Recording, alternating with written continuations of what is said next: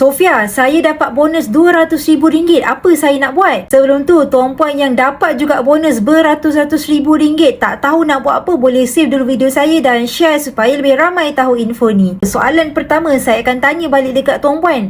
Adakah tuan puan sudah cukup dana kecemasan 3 ke 6 bulan gaji? Kalau tuan puan belum cukup lagi dana kecemasan, sediakan 3 ke 6 bulan gaji ke dalam bentuk duit. Kalau ada lebih, barulah tuan puan boleh consider alihkan ke dalam bentuk yang kalis inflasi untuk simpanan jangka masa panjang. Apa benda aset yang kalis inflasi, Sofia? Jawapan dia mestilah emas. Jadi yang belum tahu sebenarnya tuan puan, emas adalah the only asset yang dapat melindungi kekayaan tuan puan daripada dimakan inflasi. Tak sama tau tuan puan, simpan beratus ribu ringgit dalam bentuk duit dan juga simpan emas yang kalis inflasi.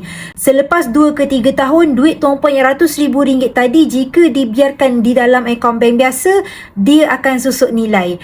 Jadi mana yang belum lagi ada simpanan emas, tuan puan berminat untuk dapatkan emas 100 gram, 500 gram mahupun 1 kilo dari Public Gold, tuan puan senang sahaja boleh klik link di bio ataupun komen sahaja nak di bawah untuk saya bantu tuan puan sebaiknya.